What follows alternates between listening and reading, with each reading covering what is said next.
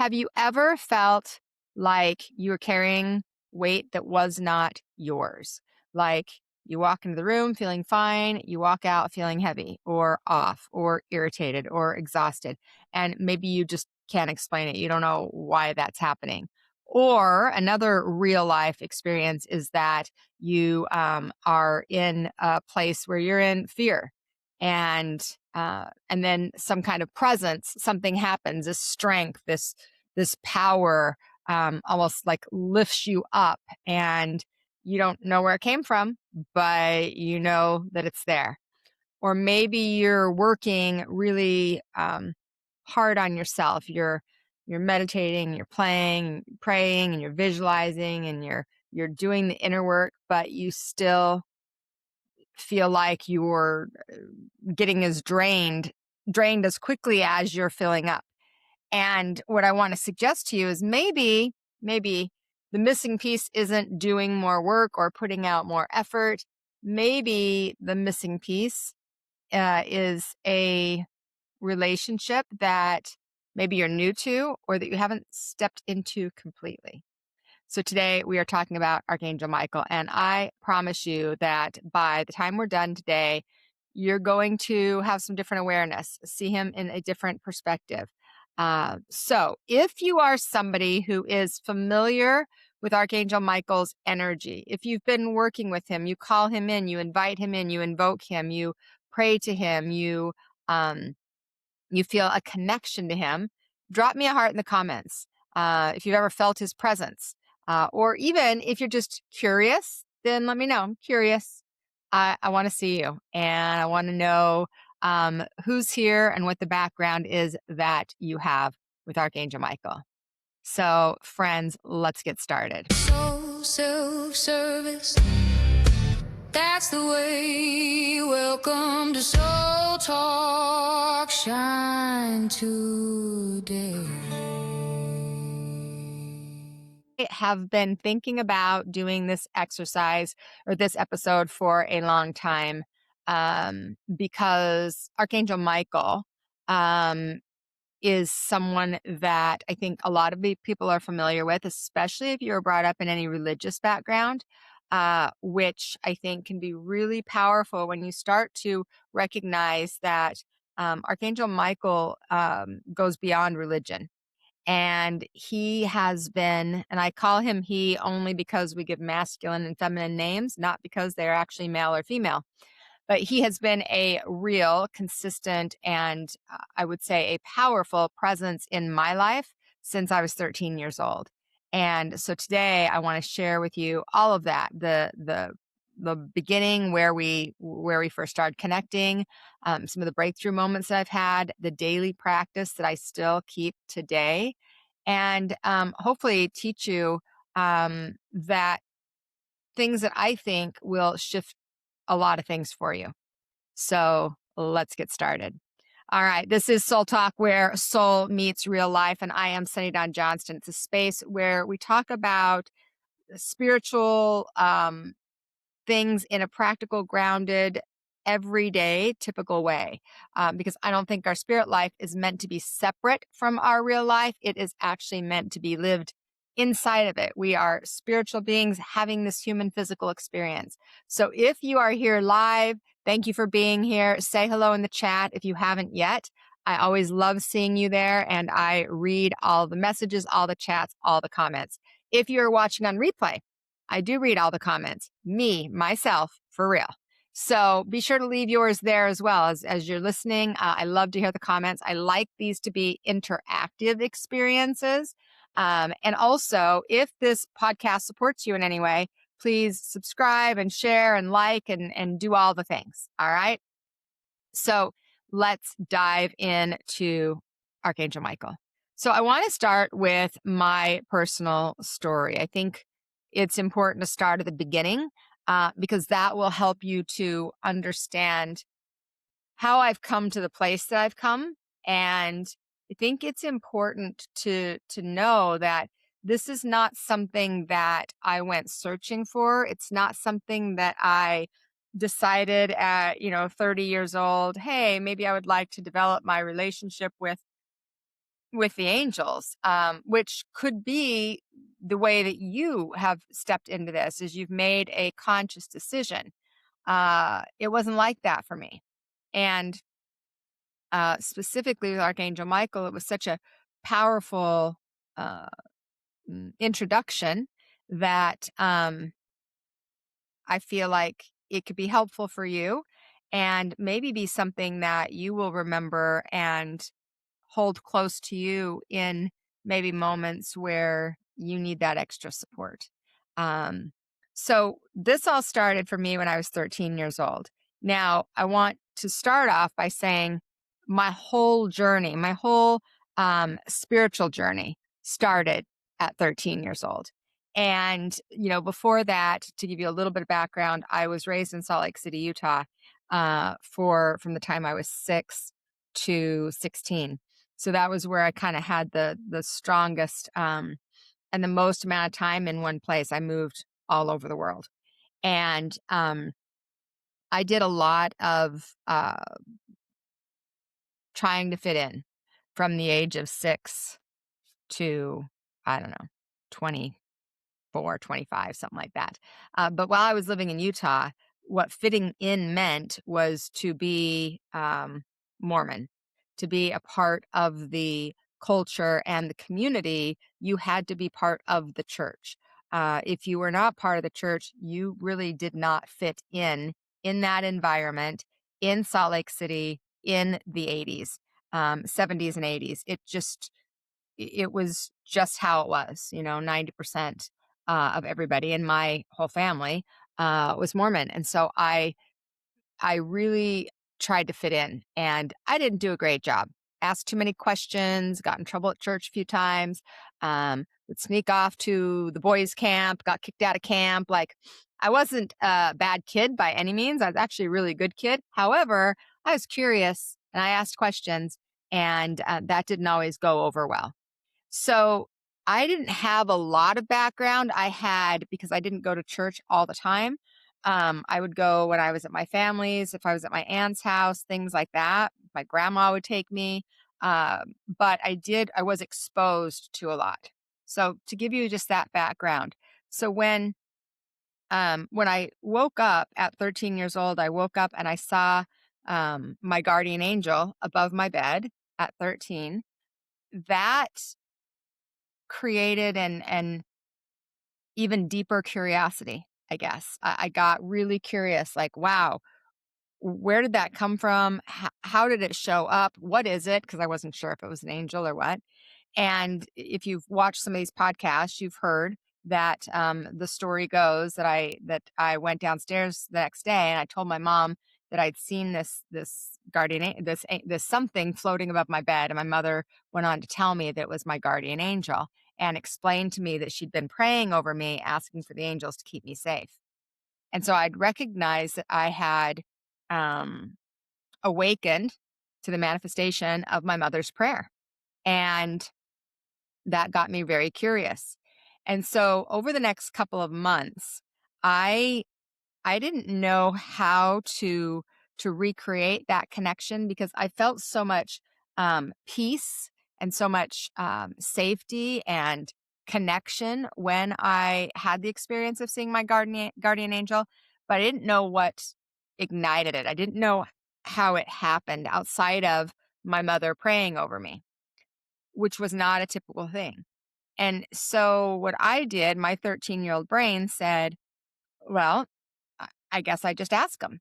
And so that's what I did. I actually would just talk, just like I'm talking to you right now. And I'd say, hey, you guys, I'm not sure if you're an angel or if you're like a spirit or if you're a being, if you're an ET. I don't know what you are. ET was super popular at that time.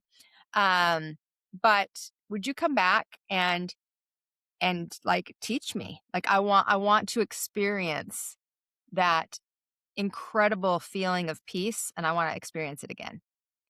And what happened was they did. I started getting experiences. They weren't all visual. Sometimes I would feel their presence. Sometimes I would know their presence. Sometimes I would see, like I did, my guardian angel above my bed. Sometimes I would hear messages. And so what I started doing was I just started writing what I was getting down. Um, and I wasn't getting names yet, but that started right after I had my first experience with Archangel Michael. And so I want to share that story with you. And then we'll dive into different ways that you can work and connect and communicate with Michael uh, to help support you. So I I was not a typical teenager. Let's put it that way.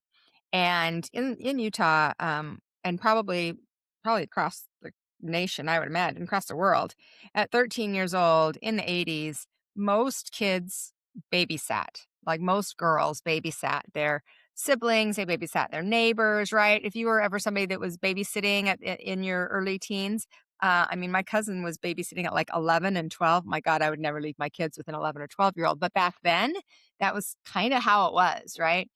Well, Sunny did not babysit. Sunny was not somebody that ever babysat other people's kids. Not because I was like mean or harsh or anything else. I just never really cared for kids. I just didn't. I didn't have the patience. I wanted to read a book. I was very intellectual. I wanted to read a book and be by myself or hang out with friends or whatever. Although I didn't have a lot of friends. But anyway, so so my parents one night, there'd been a lot of fighting and arguing and things going on. And my parents said, you know, we're going to go out to dinner and you're going to stay home and watch your brother. Now my brother was 8 years younger than I was. So I was 13 and he was 5. And this was the first time they'd ever gone anywhere and had me watch him. And so I was taking that, like, I was trying to be the big sister and so I was like, "All right, you know, I'll put on the babysitting cap," kind of a thing. So, my parents leave and they say they'll be gone for a couple of hours, and remember, guys, 80s, before cell phones, all the things. And within 20 minutes of them leaving, I'm downstairs, and my brother he runs down the stairs and he's just crying like hysterically. And he says, "Sonny, all of my friends are gone. And now they're black and brown and green frowny faces." Now, let's back up a little bit. So, my little brother was very visual and he was intuitive. He was psychic. He was super sensitive. And he saw his angels in the form of circles, squares, and triangles, all in primary colors with wings. And that was how they came to him because angels will come to you in the way you believe them to be or come to you in a way that feels safe to you. And so for, my brother started when he was about, I don't know, almost maybe 3-ish.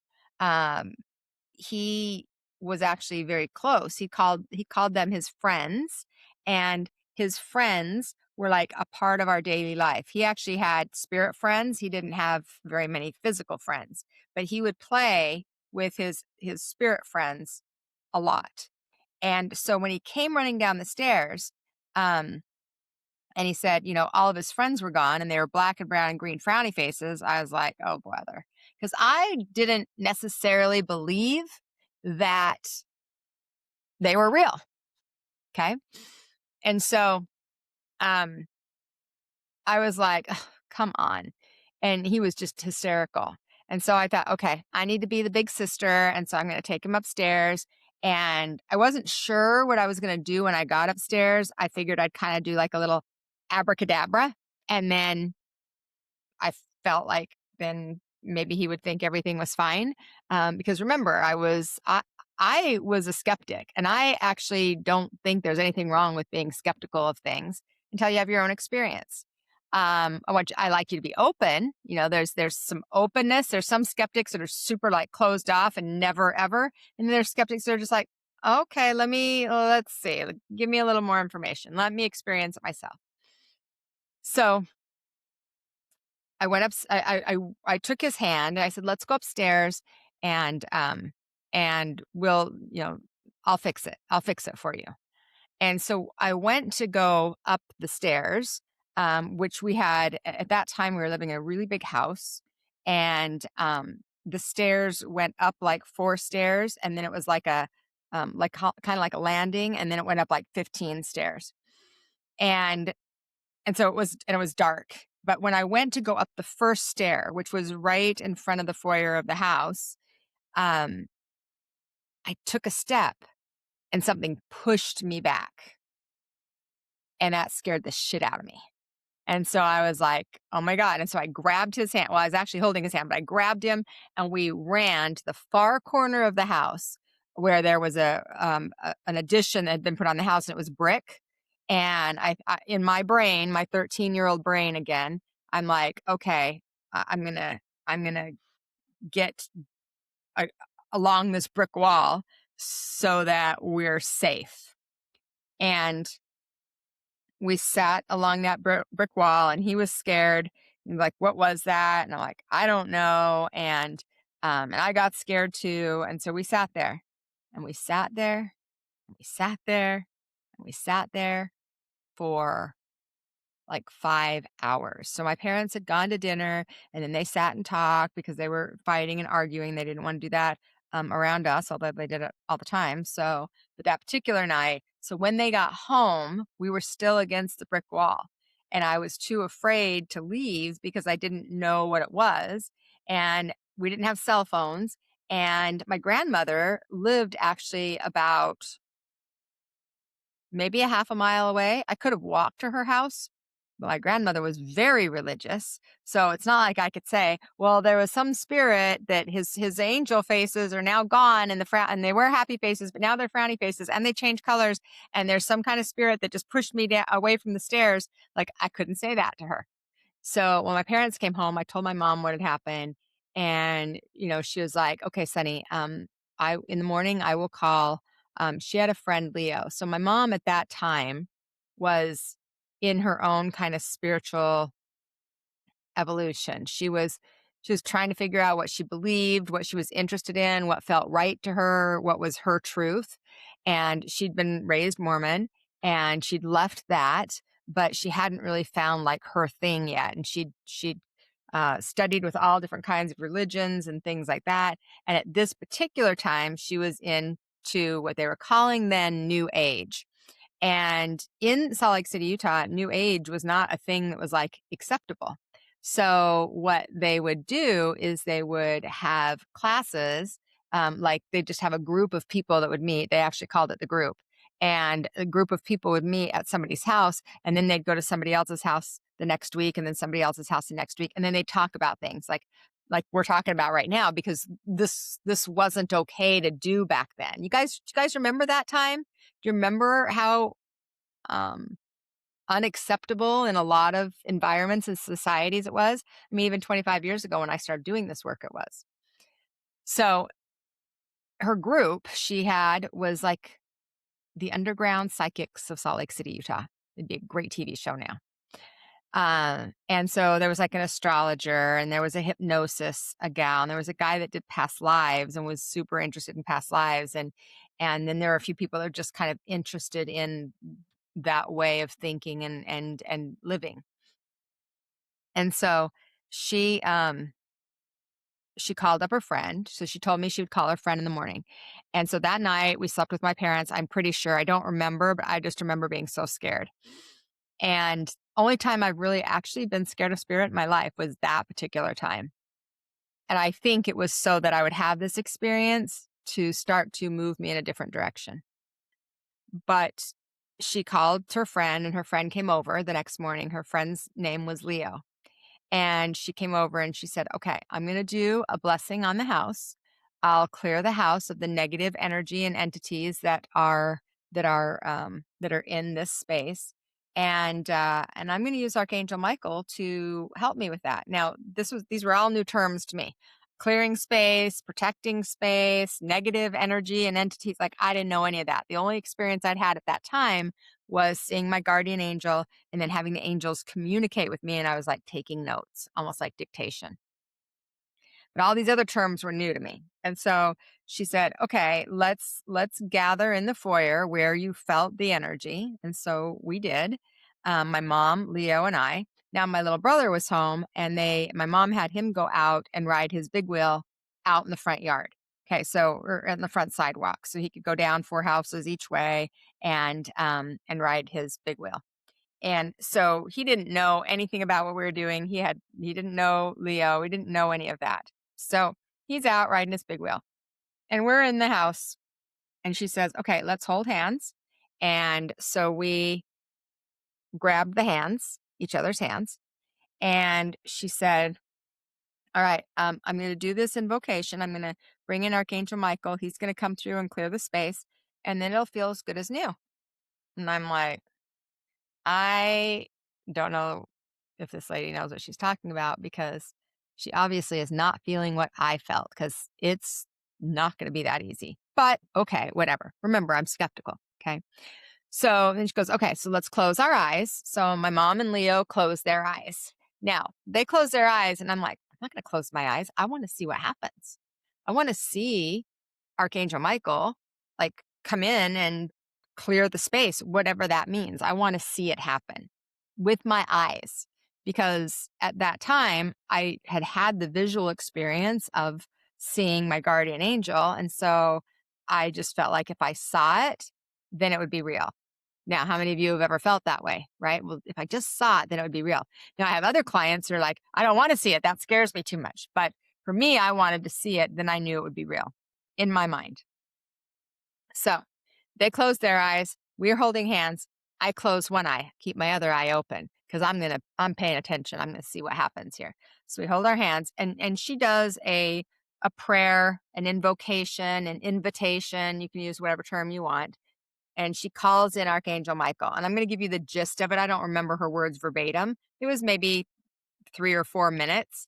But the gist of it was this. She said, "I invoke the blue light of Archangel Michael to surround and protect this home from any negative," I think she said, "and everyone in it, from any negative energy or entities, seen or unseen." And she went on to, add some different words to it. And I think she talked about the different rooms a little bit, but that was the gist of the message. I invoke the blue light of Archangel Michael to surround and protect this home and those in it from anything negative, any negative energy seen or unseen. Okay. So she does that. Remember, my eye is open. I'm looking around. I don't see anything. Like nothing happened. There was no blue light. There was no wave. There was no nothing. Okay. So she says, "Okay, let's take a deep breath." Take a deep breath. And so it is. I didn't know what that meant. I later learned it's like, "Amen. Thank you." And she said, "Okay, let's open our eyes." So we opened our eyes. Now, my mom, who is clairsentient like I am, an empath, feeler, my mom, when she gets done, she lets go of our hands and she shakes her arms and she shakes her body and she goes, "Oh my gosh, it already feels so much better in here. Wow." And Leo started talking and kind of sharing, what she observed or whatever. And I'm in my head going, "You guys, nothing happened." And so I was just about to say that, right? Like, I didn't want to burst their bubble, but you guys' eyes were closed. Mine was open. Nothing happened. And then my little brother, who's out riding his big wheel, remember? He's just riding his big wheel up and down the street. He comes running in right there. We're standing in the foyer of the house, right at the base of those stairs. And he comes running in and he swings the door open and he says, "Mommy, there is a great big blue bubble around our house." Yep, that's what he said. And my mom's eyes got big and Leo, and they're like, "Oh my gosh." Well, remember, I was just about to say, nothing happened. But then my brother, who's outside, who doesn't know anything about what we're doing, who's 5 years old, doesn't understand or comprehend any of it, saw this bubble appear around the home without any reason. What do you think about that? So let me tell you what I thought. Well, first off, um, I thought, well, something must have happened, right? I thought, I didn't see it. I don't know how it happened because I didn't see it, but something happened. And then I thought, well, maybe it's because my eyes weren't closed, but that didn't make sense. Why would I see it with my eyes closed, but not see it with my eyes opened? But here's what I learned. And I didn't learn this right away, but I did learn this pretty quickly after. Is we all have these intuitive gifts, seeing, hearing, feeling, and knowing, right? And when you are a feeler, part of your journey is to learn how to accept that gift and claim it as a gift and own it and allow it to empower you. Okay. And not to push it away, not to ignore it, deny it, push it down, stuff it, etc. Own it. I was a feeler. But what was I doing? What was I doing in that scenario? I was not focused on or open to feeling. I had my eye open. And so I was using my eyes, my physical eyes, as a way to experience the magic spirit, Archangel Michael. And I wasn't focused on my feeling, which is my nature. And so I want you to think about this because what I recognized is that we all have spiritual gifts and that we need to actually learn how to embrace our natural gift. And so my mother feeling that difference in the house was because she was tuned in to her body and to the energy around her. And she felt that shift in energy. Leo felt that shift in energy. Sunny's eyes were closed, were open. I didn't feel because I was focused on seeing. And my natural gift is feeling. So I wasn't open to my natural gift. And when you think about this story, I want it to remind you that whatever your natural intuitive ability is, that's the key that unlocks the door to all the others. So if you're a seer, but you want to be able to feel, if you're a feeler, but you want to be able to know, if you're a knower, but you want to be able to hear, you've got to embrace your natural gift. So that's what Archangel Michael taught me. Okay. Now, I want you to just be aware that some of the things that happened during that time. Remember, I'm 13, okay? I wasn't looking for it. I wasn't going, "Hey, Michael, come and help me." I didn't know how necessarily to ask.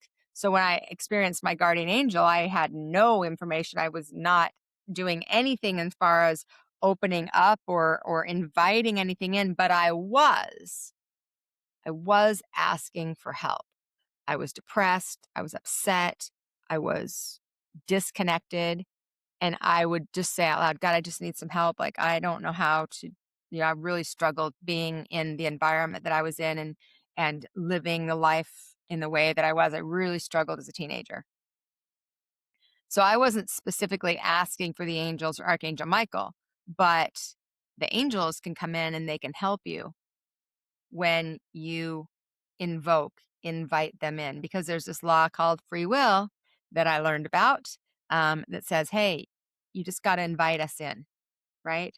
So I wasn't looking for it. I wasn't prepared in any way, but Michael showed up because that's the energy of the angels. They don't wait until you have the formal way of doing it.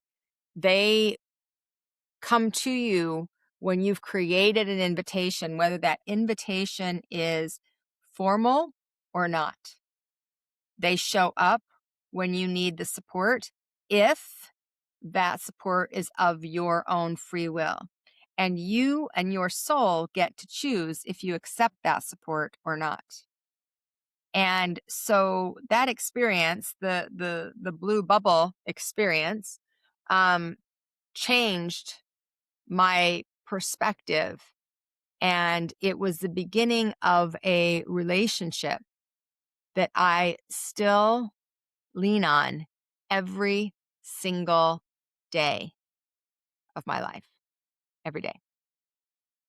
So I'd love to hear your thoughts around that. Have you had an experience like that before yourself? Something unique, something magical in connection with Archangel Michael or any of the other angels? I'd love to hear it if you throw it in the chat.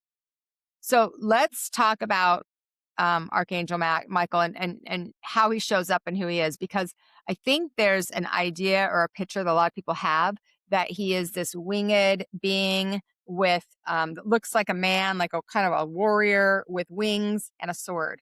And that image is created symbolically. It is a symbol of the protector.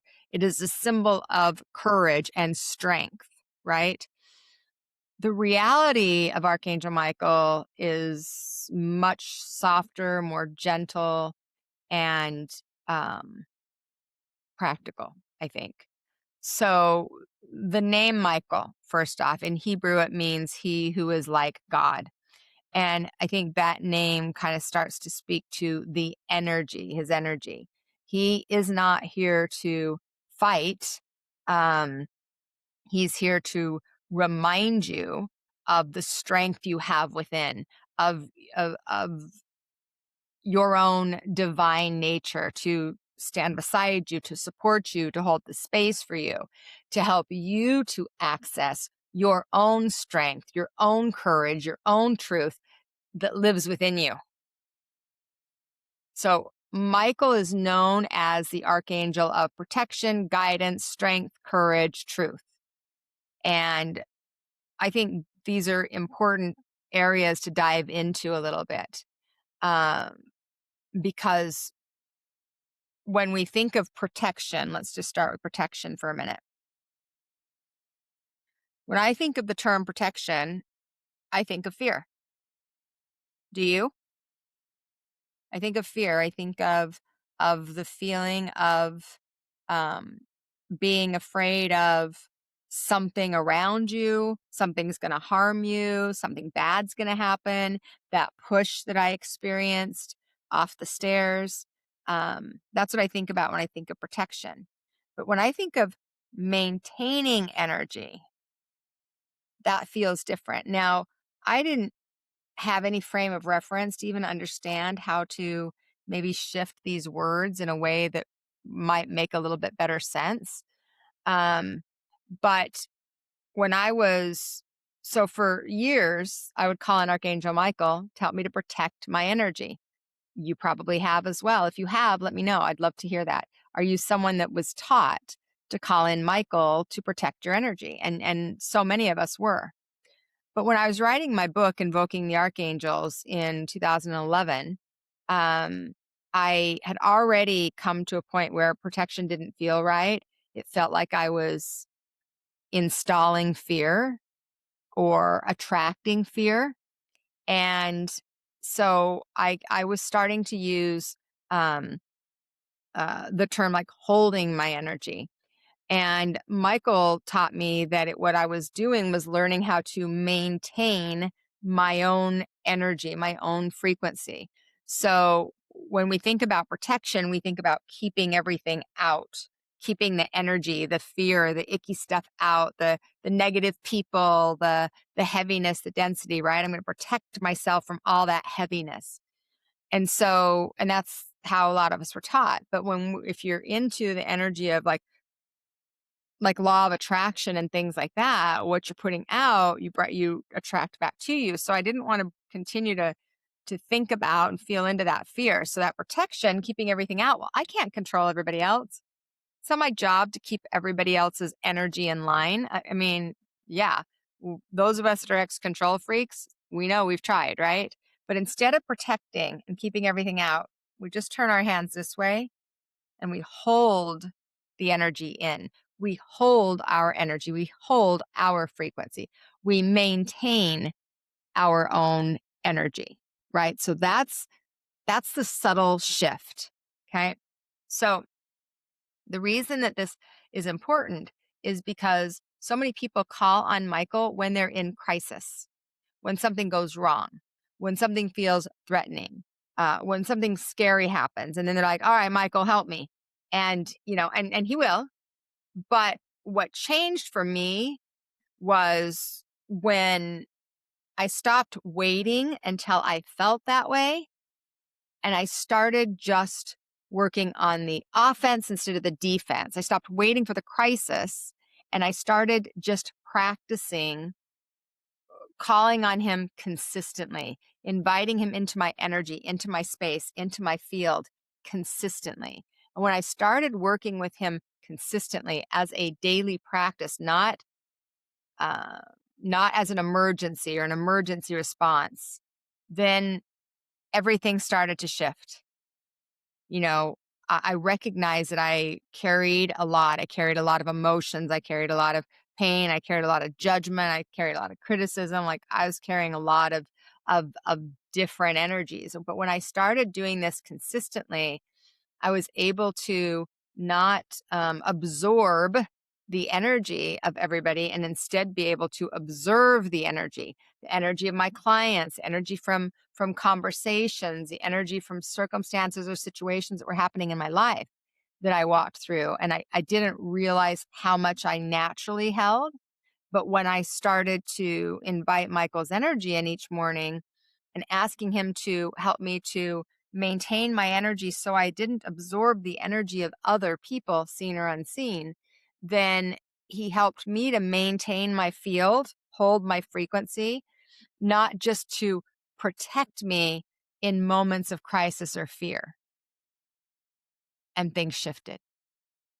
And I felt like I had more power, more control. I could be more present. I had more energy. I felt um, lighter, and I could be present with people without worrying about the fact that I was going to absorb energy from them, especially the kind of people that I would work with, which are people that have gone through horrific experiences in life. As a psychic medium, the people I work with the most are people that have gone through grief and death and loss and murder and suicide and all of these things. That's why people come to me. And so this is a piece that I don't want you to miss. I want you to recognize that inviting Archangel Michael's energy in, not just for the hard things. Because once the thing has happened where you've absorbed the energy, well, now it's yours. Now you have to do the things to clear that energy. You have to ground yourself. You have to get outside. You have to do a blessing. You might have to take a shower. You might have to use salt. Like there's all different. You might have to do a saging of your space, your house, your body. There's a lot of different things we do to help clear energy that we've carried, that we've taken on.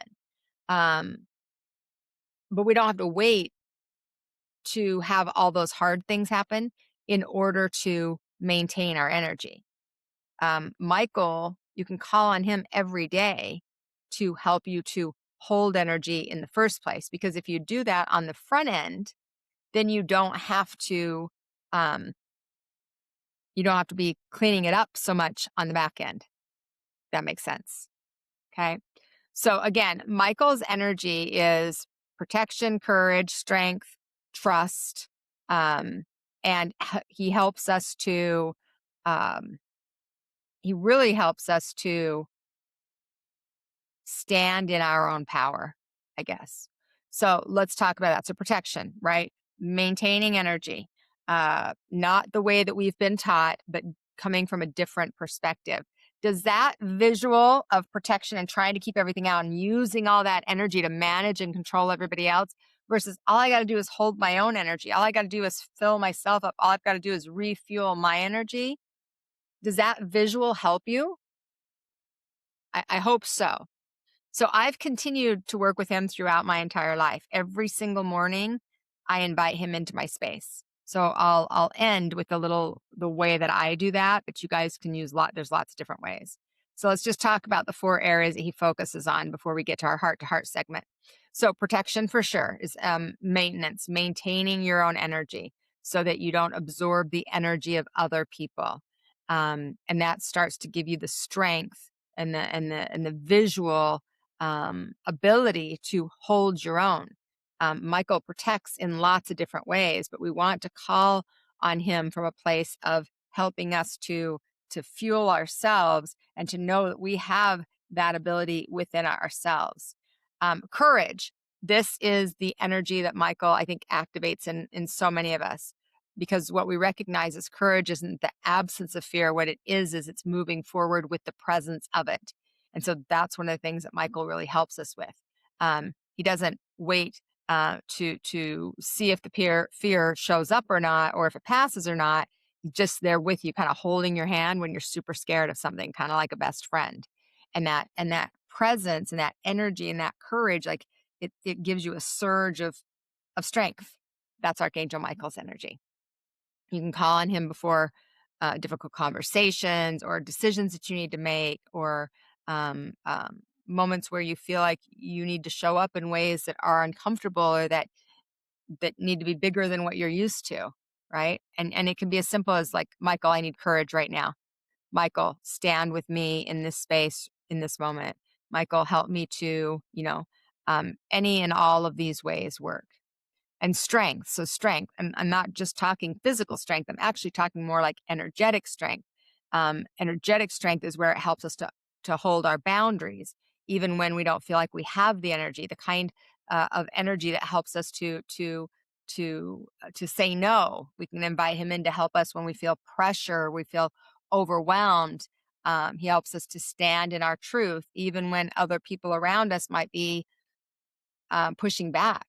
He's the archangel that we can call on when you don't feel like you have a lot of energy left, a lot of strength left, and he can help support you and fill the gap. And then the last one is truth. And that one oftentimes is a little bit different. Like, most people don't recognize that, but Michael's energy is really connected to truth. The energy, you see him a lot with that electric blue sword, and that sword is not meant to like harm, stab, hurt. It's meant to cut through the bullshit. Probably don't use that term, but Sunny does. Cut through what isn't true, through the confusion and the illusion and the stories that we tell ourselves that keep us small or stuck or afraid. And when you invite Michael's energy in, he helps you with clarity, helps you with seeing um, what is real, and then gives you the strength to act upon that. Okay, so what I like to do is I like to bring Archangel Michael's energy in by doing just a quick invocation. Sometimes it's a visualization. I could talk about Michael all day long, you guys. There's so many things that I could say about Archangel Michael's energy. But one of the things I've used a lot in my life is that simple invocation that Leo used when we were clearing the space. I also oftentimes will just visualize a blue bubble around me, especially in moments where I've either forgotten, but it's part of my morning practice. So every morning, is part of my meditation practice. I call in Michael's energy, and that's what's really worked for me. So we're going to get to our questions, heart to heart with Sunny. So in just a few moments, we're going to go to a commercial break. We'll come back and we're going to get to our questions. So if you have questions about Michael or anything else in life, start writing your questions down. Just put a couple of question marks in front of it. Let's go to our pause for a moment. I want to stop for a moment because we're talking about absorbing energy and carrying things that aren't yours and feeling drained without really knowing why. And actually, this is exactly what my next webinar is going to be about. So on Wednesday, May 27th, from 5 to 6:30 p.m. Pacific time, I'm hosting a free webinar called "You're Not Tired, Your Energy is Being Drained." And I would love to invite you to come and join me. So this is going to be talking, in some ways about Archangel Michael, and helping you to not absorb the energy of others, because that's certainly a piece of it. The world, the pain, all the shit that's going on in the world. But there's a lot more. And in the webinar, we're going to talk about, where your energy is actually going and how you can maybe taking on other people's emotions and energy without even recognizing it or realizing it. And then how to start taking your energy back in really simple, practical ways. So the webinar is free. It's on Zoom. There's the link, schooloflight.biz/webinar. And I think you're going to love it. It's going to be a great, great webinar. And we're going to dive into, after the teaching, some Q&A. So you'll be able to ask your questions. So I would love to have you come and join. Again, schooloflight.biz/webinar. And then I also, before we move into our heart to heart, if you like tools, like spiritual tools, I have a shop called Soul Shop. And inside there are things that I personally use and love. So a lot of the books I've written, but there's lots of digital downloads, journals. If you like journals, I've created lots of PDFs of all different kinds of journaling questions on a variety of different subjects. I have a book, actually. I just thought about this. I have a book, Archangel Michael, Maintain Your Energy. This is a journaling book that's available in my shop.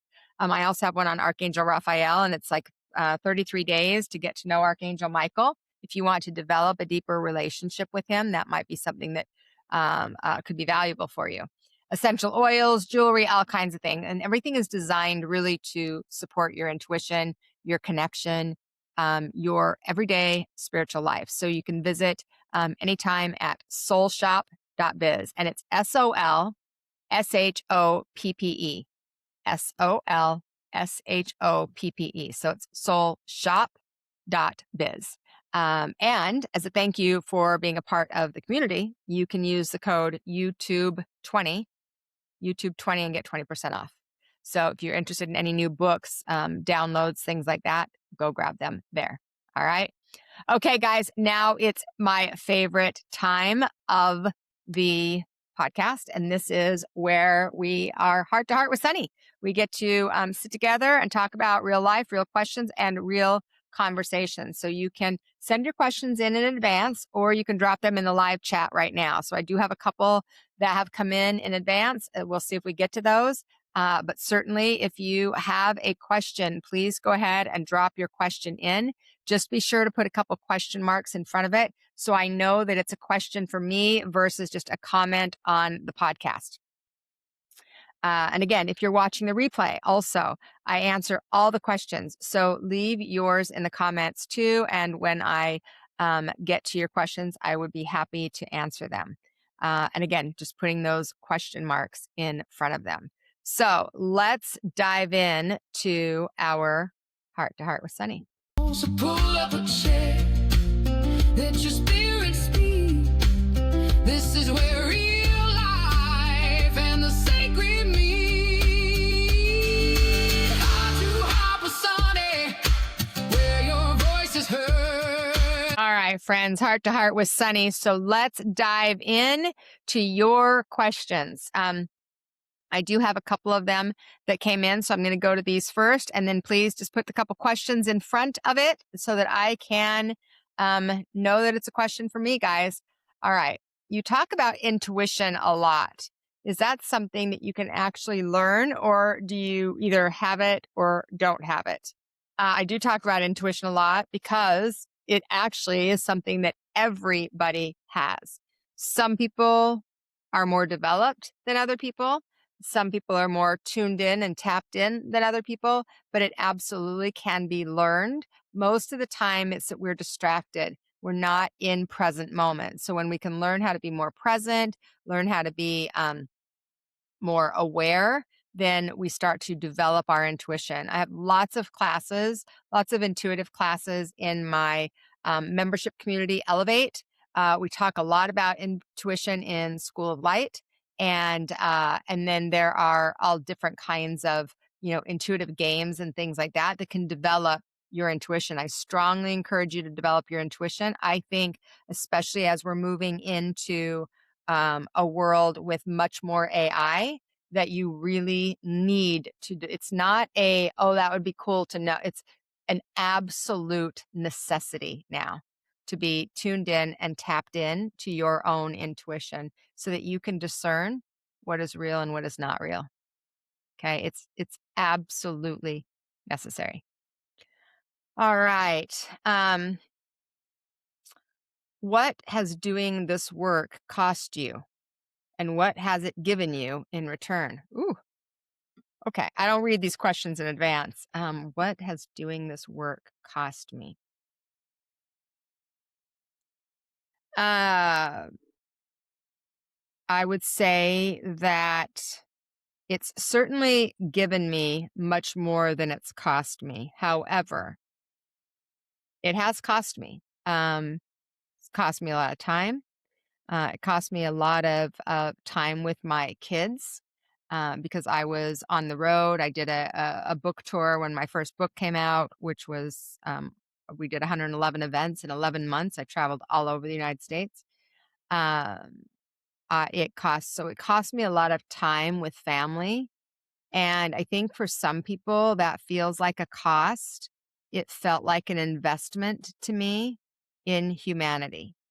So I would never have used the word it cost me. I would use that I chose to invest my energy and my time in things that might be different or look different than other people would invest their time. And what has it given me in return? Goodness. It's given me purpose. It's given me my why. It's given me an incredible life. It's given me financial security. It's given me a opportunity to hold space and to shine light, which is probably one of my favorite things. And it gave me a title that I didn't know that I had inside of me, and that was teacher. I love to teach, and I didn't have any clue that that's something that I would be interested in any way because when I first started, I hated, and I don't use hate very often, I hated speaking in front of people. It was like one of the hardest things I ever did. And, um, and so it never would have occurred to me that it would be something that throughout my 26 year, I guess we're in 26 years now, 26-year career would be one of my favorite things to do, speaking in audiences. I'm invited to speak in people's communities and workshops and businesses and memberships and things like that. And I love it. I love being able to watch the light bulbs go on. So that's a great question I had to think about for a minute. Thank you very much. Okay, let's see some of the questions that have come in the chat. Um, let's see. I ask Archangel Michael to help me maintain my energy every day before I leave my home. I learned this from you years ago, and I've been using it ever since. So helpful. Good job, Deb. That is fantastic. Okay, Kelly. I'm looking for a new job, but also just want to move location. Any guidance would be appreciated. Well, Archangel Michael actually can help with career. So, what I would suggest, Kelly, is opening yourself up to asking for, because if you're looking for change in job and location, it would make sense if you could find something that would actually accomplish both. That would make sense. That doesn't mean that that's the way universe would work, because a lot of things that make sense aren't necessarily um, uh, spirit guided. They're more of our own human intellect making sense, right? But you could always ask Archangel Michael to help you to open up to opportunities that you may not see otherwise. A lot of times when you're looking for a job, you're looking to fit yourself into kind of what's out there. And what I have found is that it's much better if you're looking for a job or new career to instead focus on how you want to feel in the work environment. Same with if you're looking to move. How do you want to feel in your new location? And create a list of 30, 40 different qualities that you want to experience and that you want to feel in that environment. And then start affirming them over and over and over again and start feeling them.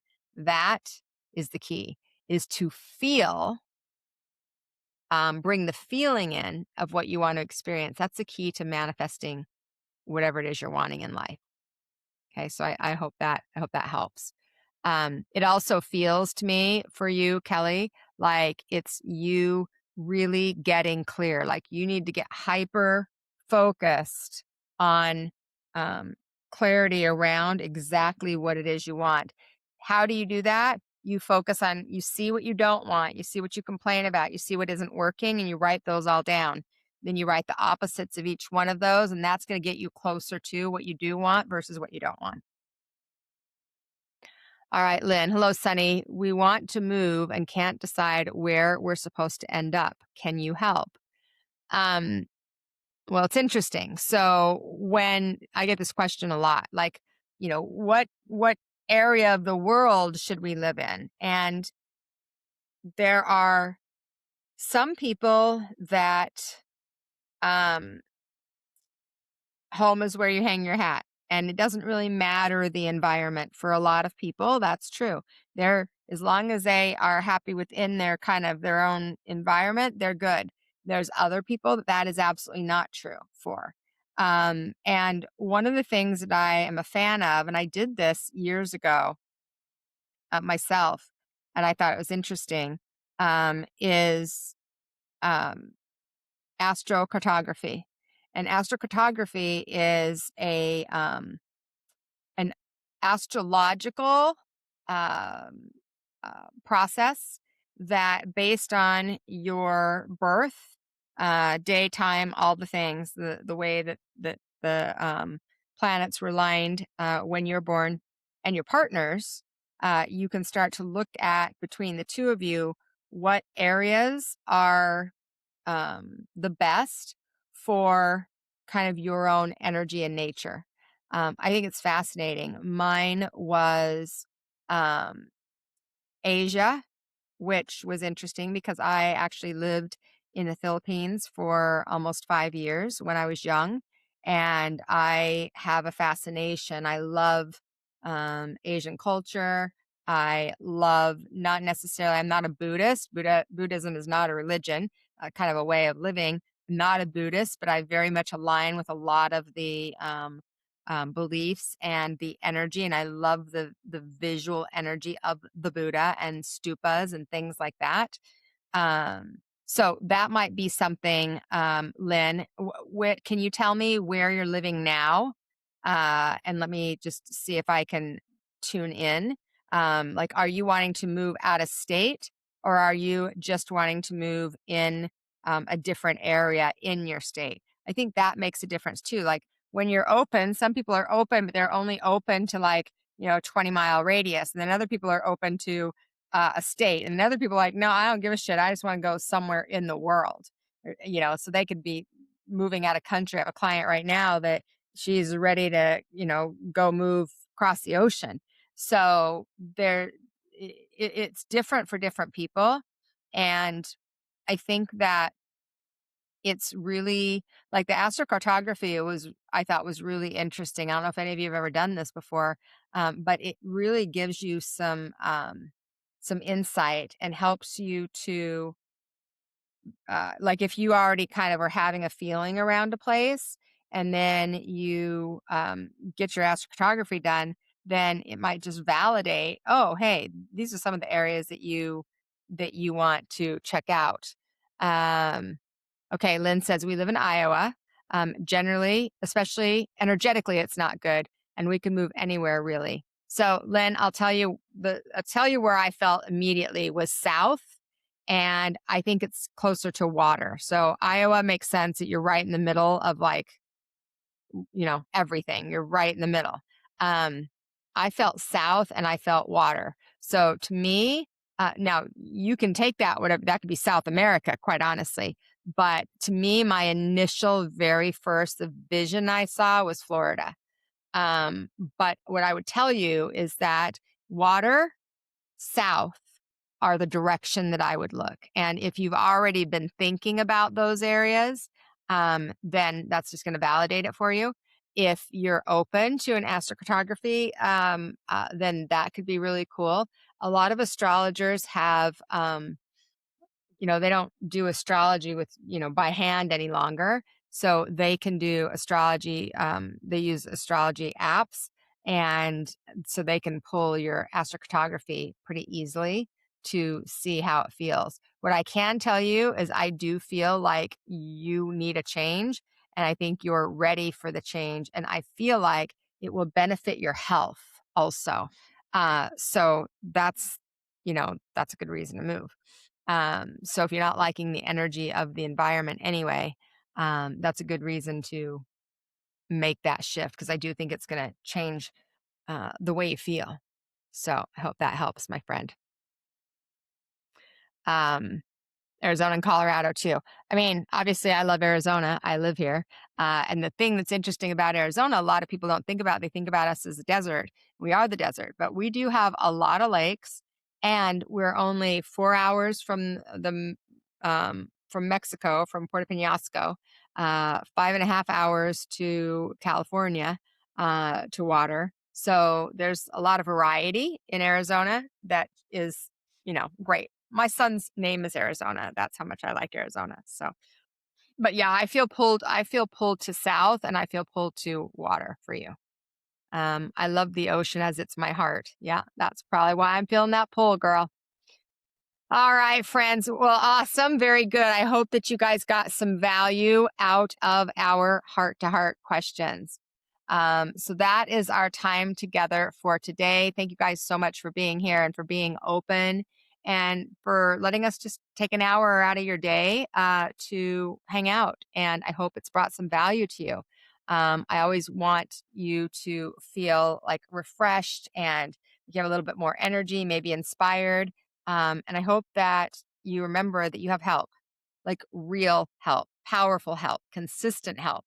Archangel Michael has been helping me since I was 13 years old, and you can invite his energy in at any time. And remember, not just in those crisis moments, but every morning before you kick off your day, every hard conversation, every moment you feel like you're carrying um, too much, more than you can hold, invite him in and start tomorrow morning. And if you dare, you want to do a challenge with me, like just 30 seconds. Archangel Michael, please walk with me today and allow me to experience you in a way that I know it's you. It could be as simple as that.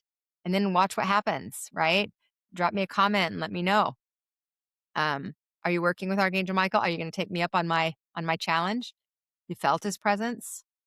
And also, guys, if this episode has brought you any value, if it's meant something to you, please share it with somebody who maybe could benefit from the connection. If you feel guided to like, subscribe, share, etc. And again, don't forget about the webinar. Come and join us, schooloflight.biz/webinar. It's May 27th. And, you never know who needs this. So if you feel called to share it with somebody, then they may want to have some insight here and open up to Archangel Michael's energy as well. And of course, if you really loved this program and you're on YouTube and you want to share a super chat or donate to the podcast to help us keep going and take some of the financial burden off, we greatly appreciate that as well, so that we can bring you more and more episodes.